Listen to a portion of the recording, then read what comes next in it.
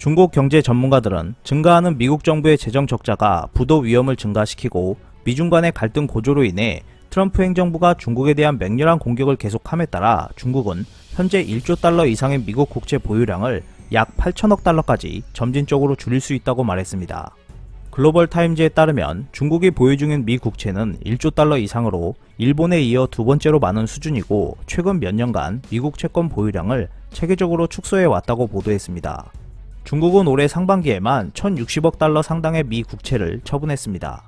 이에 따라 6월 말 기준 중국이 보유 중인 미 국채는 1년 전보다 3.4% 감소했습니다. 쉬진양 상하이대 재무경제학 교수는 중국은 정상적인 상황에서 미 국채 보유를 점진적으로 8천억 달러 수준으로 낮출 것이라면서 군사적 충돌 같은 극단적 상황에서는 전량 매도할 가능성도 있다고 주장했습니다. 또한 미국이 중국과 홍콩을 달러화 결제 시스템에서 배제하는 등의 금융 제재를 가할 경우 미 국채 보유를 대폭 줄일 수 있다고 덧붙였습니다. 중국 관영 매체 글로벌 타임즈는 C19 여파 등으로 미국의 재정 적자가 빠르게 늘어나는 것도 잠재적 위험에 대한 우려를 증가시키기 때문에 중국의 미 국채 매각을 고려하는 배경이라고 진단했습니다. 또한 미국은 정부가 발행한 부채가 올해 미국 GDP의 약 98%에 이를 것이라고 밝혔다면서 이는 제2차 세계대전이 끝난 이후 볼 수 없었던 수준으로 국제적으로 인정된 60% 안정 상한선을 훨씬 능가한 데다 연방 적자는 2021년에 미국 경제 규모를 초과할 것이라고 예상했습니다. 광다은행 저우 마호아 애널리스트는 미국이 과거에 채무 불이행을 한 적이 없다고 해서 미래에도 그런 것은 아니다라면서 미국의 채무 증가 및 경기 둔화 전망에 따라 위험성이 누적되고 있다고 밝혔습니다. 그러면서 그는 미국 중앙은행인 연방준비제도가 경제를 활성화하고 세금을 인상하기 위해 매우 느슨한 통화 정책에 집착하며 확장적 통화 정책을 고수할 경우 미국 달러의 수익률은 낮아지고 이로 인해 중국을 포함한 채권 보유자들에게 미 국채의 매력이 떨어질 수 있다고 말했습니다.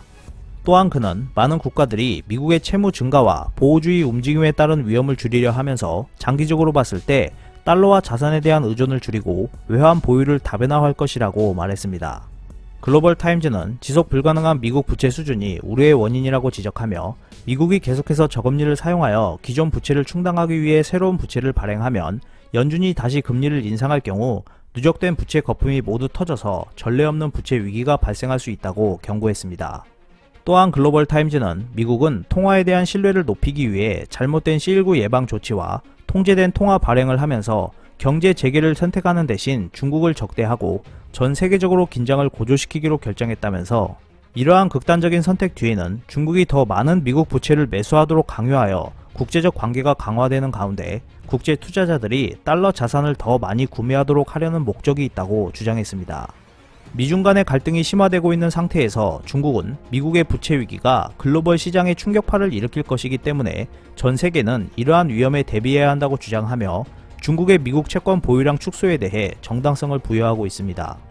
오늘 준비한 소식은 여기까지입니다. 끝까지 시청해주셔서 감사합니다. 오늘도 즐겁고 멋진 하루 보내세요. 다음 영상에서 뵙겠습니다.